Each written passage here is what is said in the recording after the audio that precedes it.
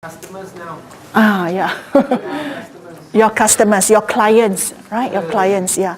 So this is border crossing. And how did this happen? It all began with literacy in the newspapers. This is how it happened.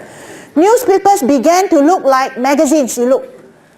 Now, some of you, because you are quite young, you may not see this. You say, it looks like newspaper. No, I'm telling you, doesn't look like newspaper. It looks like magazine because if you look at magazines 10 years ago, they look like this. But now, newspapers are looking like magazines. You can't tell the difference now. The borders have closed. They cross. Okay? Look at CPF. Used to be a very stuffy government organization. Wow, look at their newsletter. Their newsletter is, my goodness, look like a business newsletter. They play with colors, they play with font size, they play with numbers, they play with background, dark on white, white on dark, things like that. They play with contests, they have pictures, they have cartoons. Can you imagine?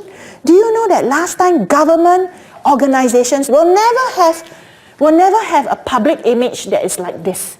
They usually have a very serious image. But nowadays, even government organizations, they think of themselves as service, right? They are not like authority. Okay, so this is border crossing. And border crossing is reflected in literacy. That's why it is part of our lecture today. It's part of the trend. I'm trying to tell you what is the new literacy. Okay?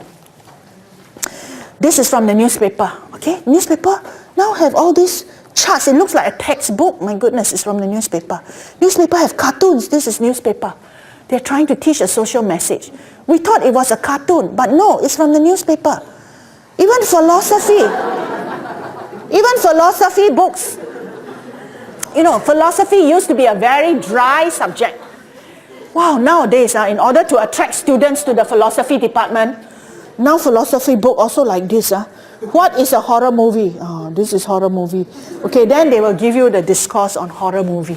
Okay, they use cartoons also to draw you in. Okay, philosophy. I just love happy endings. Okay, there's a deep philosophical thought here. Okay, here also philosophy. Sometimes I feel I have the worst job in the world.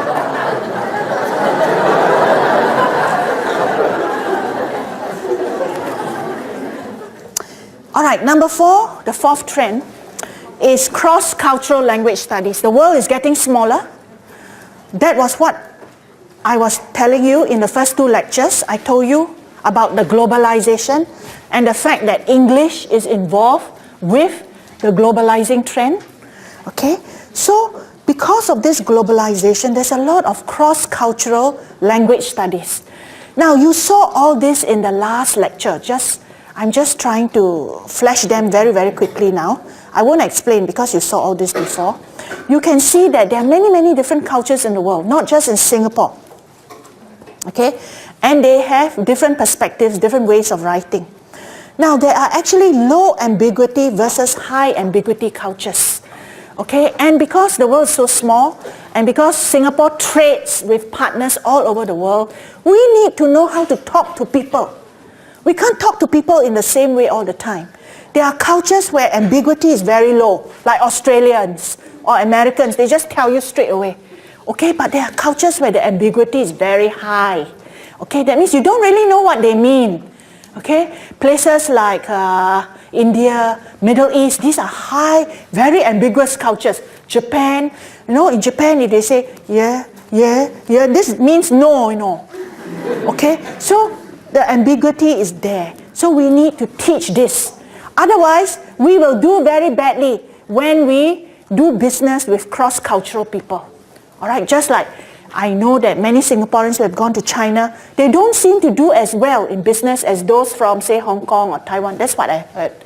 And probably it has to do with the fact that they don't really know how to communicate cross-culturally. All right, so cross-cultural communication will be a part of literacy lessons, of language lessons. Greetings, there are many ways of greetings, right? Okay, have you eaten is of course Chinese. All right, how's the weather is English, right? Where are you going is Thai. All right? So you have to know that that's a greeting. Okay? Same. There are many proverbs, and these proverbs shows you the different types of cultures. Can you guess where these proverbs are from? Ask for more and get what you need. Where is it from? Guess. Russia. We must do with what we have. Guess.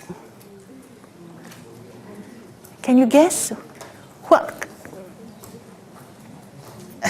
Well, according to the culture studies book which I took this from, this is Americans. Middle Americans. How, not the migrants, the Americans, you know. How can we straighten the tail of a dog? India, yes, good, you see. This one, people are afraid of being famous and pigs are afraid of getting fat. Wow, you know, you see, you know. If it's your culture, you know, huh? This one, luck comes when God sends it. It can't be China, lah. There are no pigs there. It's about God, right? What country? It's actually Arabia. Luck comes when God sends it, okay? All right, so sometimes the Proverbs tells us about the culture of a nation.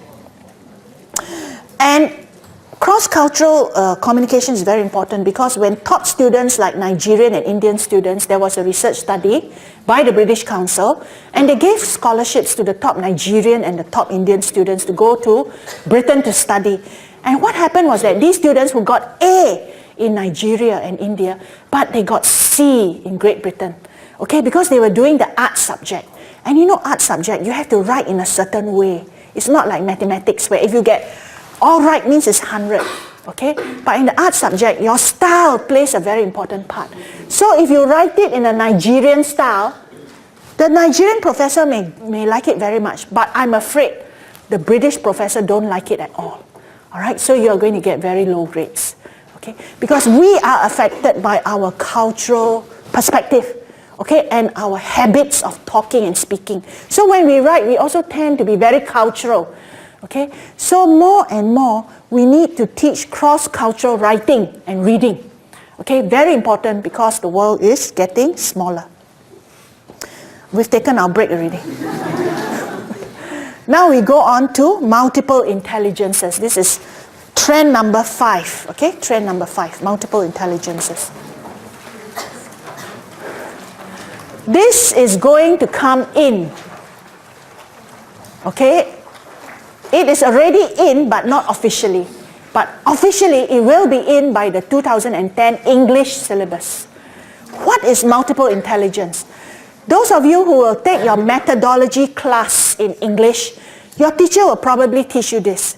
But I'm just only going to go over in the next 6-7 minutes because no time, just to give you an idea of what's coming. Because remember, the topic today is past, present and future syllabuses. Trends. Now there are many kinds of intelligences, okay? And what happens is that most of us just concentrate on the first 3. What we have been concentrating on so far has always been verbal linguistic like this. These are the normal things that we do in the classroom.